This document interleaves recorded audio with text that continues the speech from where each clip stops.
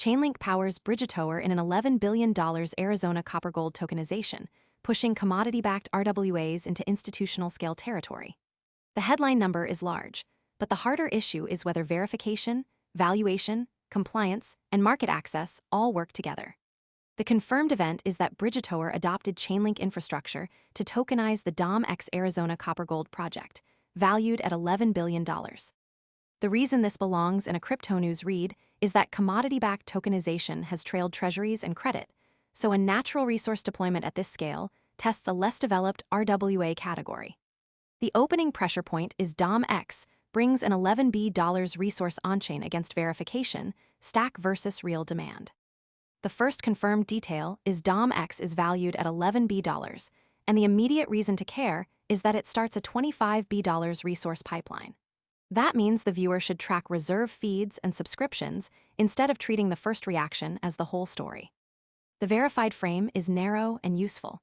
The confirmed baseline is DOM-X as the first tranche of a $25 billion natural resource, energy, and metals pipeline.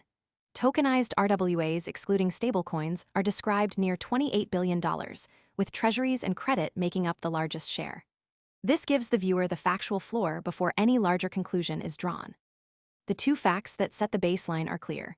Commodity RWAs lag treasury tokenization, and this deployment tests a larger asset class. That frame keeps $25 billion pipeline starts with DOM-X connected to the actual consequence rather than floating as an isolated statistic. Most people arrive after the move is obvious and the easy upside is gone. We focus on serious crypto education and high-quality signals before the crowd rushes in, so you can understand the setup earlier and move sooner. If you want that edge, visit the link below now. For Chainlink powers Bridgetower, the mechanism is the part that decides whether the story has staying power. The mechanism is a full tokenization stack. CCIP connects markets, proof of reserve verifies backing, NavLink feeds valuation, and CRE coordinates logic. Compliance controls such as KYC, KYB, and AML are embedded into the protocol layer rather than added afterward. That is why the process behind the event matters as much as the event itself. In practice, proof, pricing, and compliance connect is the hinge between the confirmed event and the next market or user response. The mechanism split is simple. Proof of reserve checks asset backing, while NavLink brings valuation data on-chain. If that hinge fails, the strongest title-level claim loses force even if the story keeps attracting attention. The impact lands on a specific group rather than the whole market at once. RWA investors, commodity issuers, regulated DeFi venues, natural resource owners, and institutional allocators are affected. The practical consequence is a test of whether physical resource assets can become investable on-chain without losing compliance discipline. If reserve verification and pricing updates hold, the deployment could give institutions a template beyond tokenized bonds. The useful boundary is that commodity RWAs get a scale test, while secondary demand is unproven. The impact split is KIC, KIB, and AML are built in, and institutional access needs compliance from day one. That keeps the impact focused on the people, markets, or systems actually named in the evidence. The unresolved part needs to stay visible.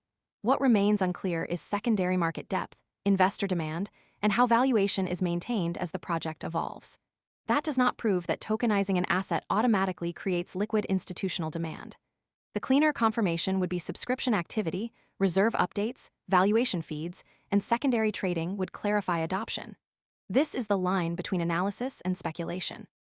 The unresolved split is tokenization does not guarantee liquidity and secondary depth, and demand remain open.